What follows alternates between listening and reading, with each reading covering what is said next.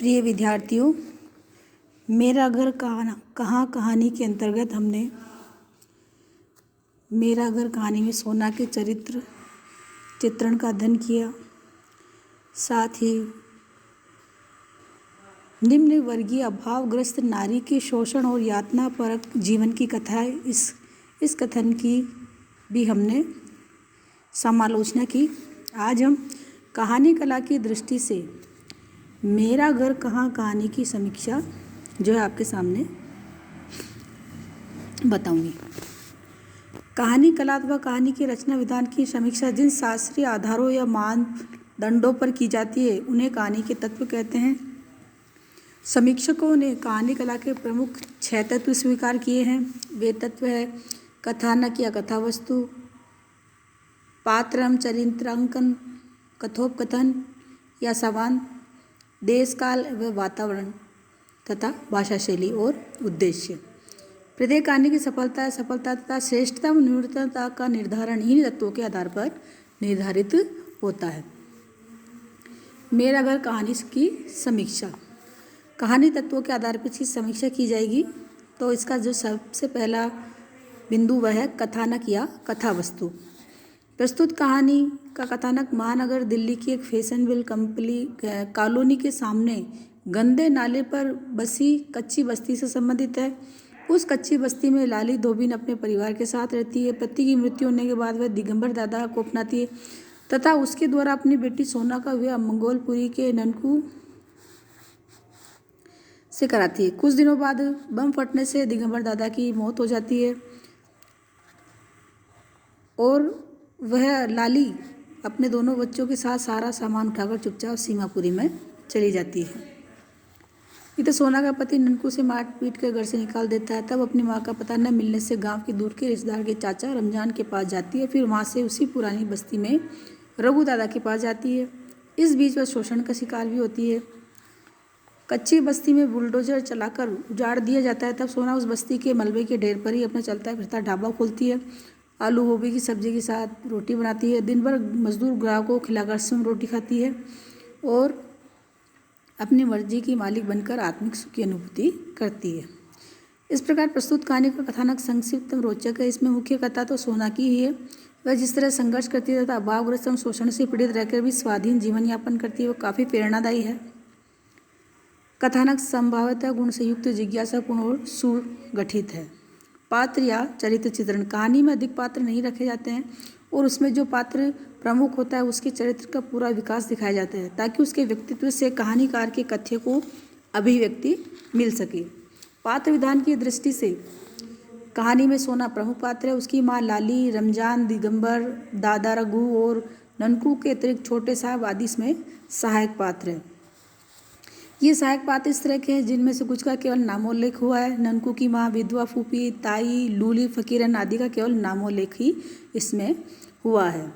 कहानी में सोना के चरित्र एवं संघर्ष में जीवन को केंद्र में रखकर उसके माध्यम से अभावग्रस्त नारी के शोषणगत एवं यातना में जीवन का इसमें मार्मिक चित्रण किया गया है। सोना की माँ लाली का चरित्र भी पूरी तरह इसमें दिखाया गया है। संवाद या कथोपकथन। कहानी में संवाद योजना का विशेष महत्व रहता है क्योंकि संवादों के द्वारा ही पात्रों की चारित्रिक विशेषताओं का उद्घाटन होता है तथा इनसे ही कथानक को गति मिलती है और उसका समुचित विकास होता है।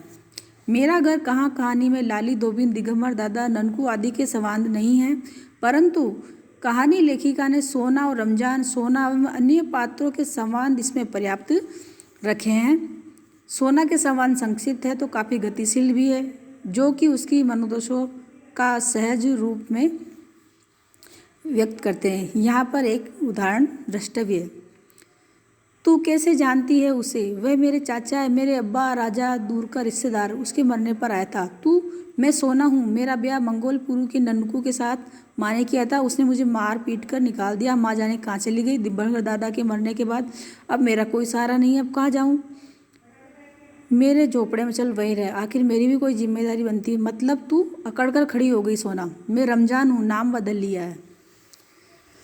इस संवाद से घटनाक्रम पात्र परिचय की ओर संकेत किया गया है। प्रस्तुत कहानी में घटना सूचक, मनोदशा व्यंजक, वातावरण सूचक एवं पात्रानुरूप संवादों की योजना भी की गई है।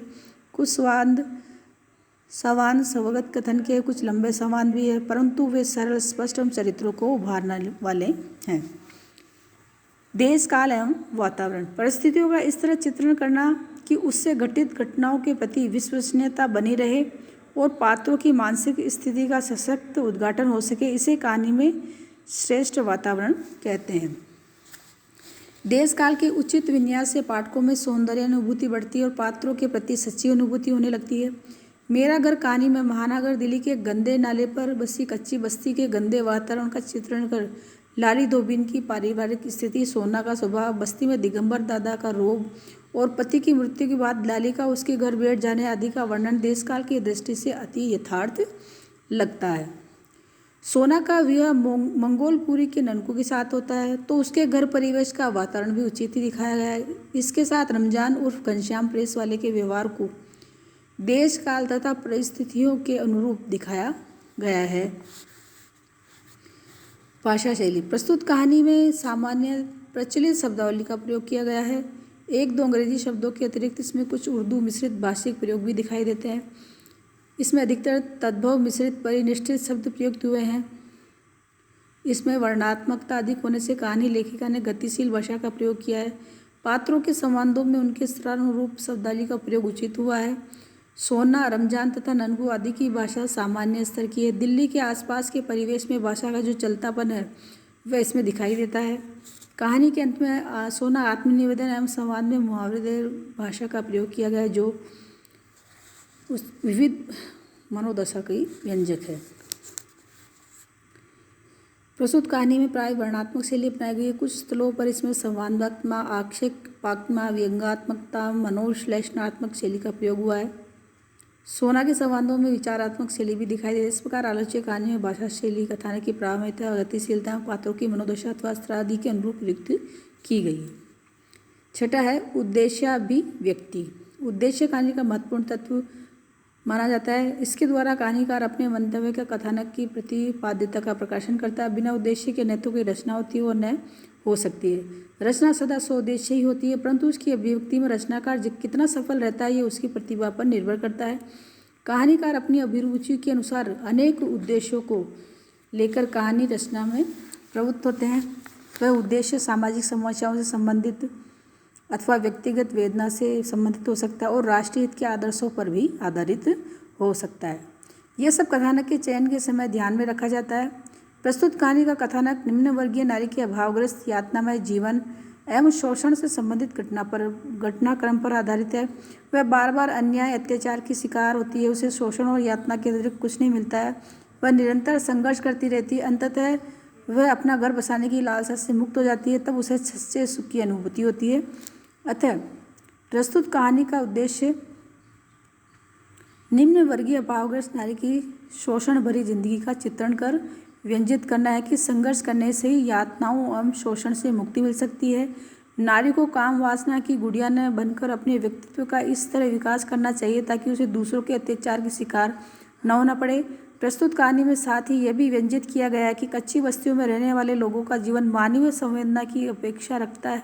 उनका घर सदा उजड़ा रहता है। कच्ची बस्तियाँ तो उजड़ती और बसती रहती है। सोना का घर भी उजड़ जाता है, तब वह खुले आसमान के नीचे अपना ढाबा चलाकर स्पष्ट कहती है, न मेरा कोई ठौर ठिकाना, न मैं किसी की मालकिन हूँ, अर्थात न मैं किसी घर की मालकिन हूँ, दुनिया की आबादी हूँ और हालात की शहजादी हूँ। इस विवेचन के आधार पर संक्षेप में कहा जा सकता है कि नासिरा शर्मा की मेरा घर का कहानी में सभी तत्वों का समुचित विन्यास हुआ है। यह अभावग्रस्त जीवन की यातनाओं और अत्याचार आदि का चित्रण करने वाली कहानी है। इसमें मानवीय संवेदना की दृष्टि से कथावस्तु, पात्र योजना, वातावरण विन्यास तथा भाषा शैली आदि सभी का पूर्ण निर्वाह किया गया। इस तरह यह नासिरा शर्मा की एक श्रेष्ठ कहानी है।